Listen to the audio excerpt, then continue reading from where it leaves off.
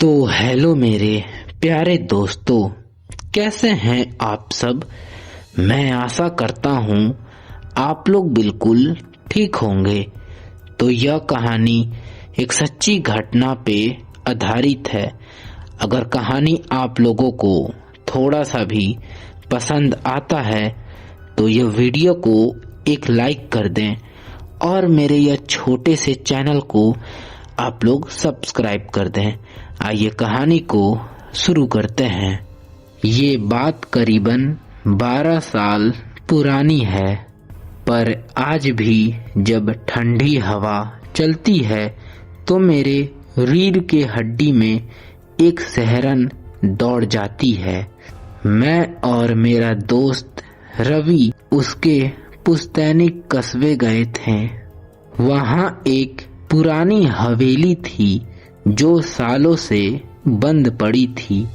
लोग कहते थे कि वह हवेली के ईंटों ने चीख सोख ली है।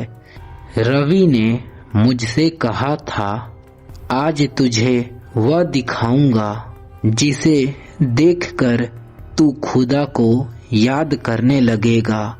मुझे लगा कि वह बस मुझे डरा रहा है, पर जैसे ही हम लोग वह हवेली के दहलीज के पास पहुंचे, मेरी हंसी गले में ही सूख गई। हवेली के गेट पुराने लोहे के थे, जिनमें जंग नहीं बल्कि वक्त के परतें चढ़ी थीं। जैसे ही हमने कदम अंदर रखा, पीछे से भारी दरवाजा चरर के आवाज के साथ खुद पर खुद बंद हो गया।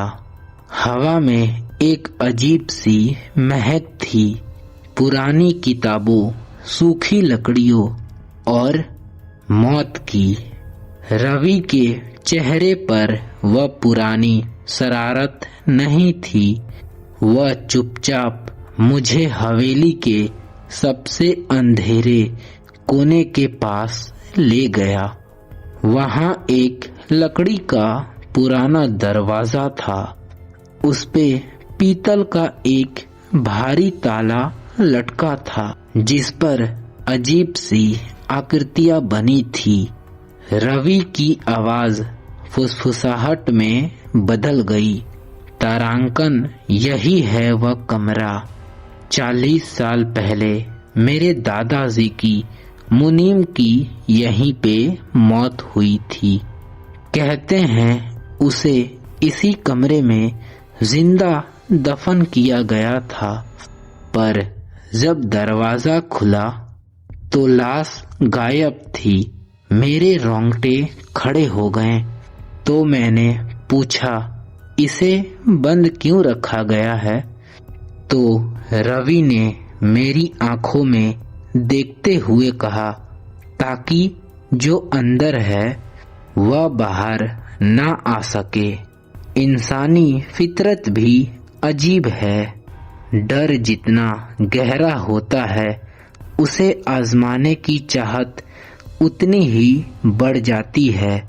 हमने चाबी घुमाई, टक, ताला खुला और उसके साथ ही एक ऐसी ठंडी लहर बाहर आई जैसे हमने किसी बर्फ के कबर को खोल दिया हो। अंदर का मंजर किसी बुरे सपने जैसा था।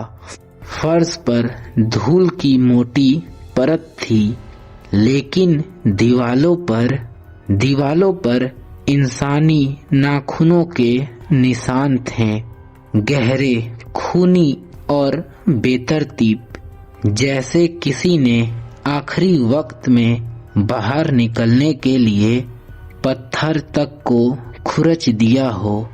बीचों बीच फर्श पर एक अजीब सा यंत्र, तुलनात्मक घेरा बना था। रवि ने बताया कि यह उसे बांधने के लिए बनाया गया था। तभी सन्नाटे को चीरती हुई एक आवाज आई, ठक ठक ठक। जैसे कोई लकड़ी का छड़ी लेकर हमारे पीछे चल रहा हो। हमने मुड़कर देखा तो वहां पे कोई नहीं था, बस हमारी अपनी परछाइयाँ थीं जो टॉर्च की रोशनी में कांप रही थीं। फिर मैंने रवि का हाथ पकड़ा और बोला, निकलते हैं यहाँ से। लेकिन जैसे ही हम पलटे, दरवाजा धड़ाम से बंद हो गया। वह बाहर से नहीं बल्कि अंदर से लॉक हो गया था। वह साया जिसकी कोई पहचान नहीं थी। कमरे के कोने में अचानक अंधेरा गाढ़ा होने लगा। वह धुआं नहीं था, वह एक काली परछाई थी जो धीरे धीरे फर्श से ऊपर उठ रही थी। उसने एक इंसान का आकार लिया, पर उसका कोई चेहरा नहीं था। बस दो खाली गड्ढे थे जहां आंखें होनी चाहिए थी। अचानक एक आवाज हमारे कानों में नहीं बल्कि सीधे दिमाग के अंदर गूंजी। क्यों खोला? वह आवाज नहीं थी, वह एक तड़प थी। अचानक दीवालों पर बने निशान चमकने लगे। हमारी आंखों के सामने 40 साल पुरानी घटना किसी फिल्म की तरह चलने लगी। हमने देखा कि कैसे एक बेगुनाह आदमी को यहाँ धोखे से बंद किया गया था।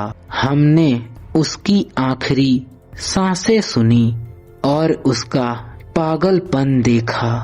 फिर तभी रवि चिल्लाया, घेरे के अंदर आओ। हम उस धूल भरे निशान के बीचों बीच समेट के खड़े हो गए। वह काली आकृति हमारे करीब आई, पर उस घेरे के सीमा पर आके रुक गई। वह हवा में हाथ मार रही थी, मानो हमें वह छूना चाहती हो।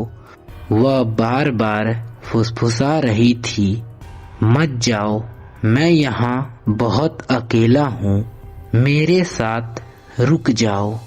हमारी पूरी रात उस घेरे में मौत के साए के साथ गुजरी। हम पलक झपकाने से भी डर रहे थे। जैसे ही भोर की पहली किरण खिड़की के अंदर से आई, वह आकृति धुंधली होने लगी। दरवाजा अपने आप खुल गया। हम अपनी जान बचा के वहां से ऐसे भागे जैसे हमारी पीछे मौत पड़ी हो।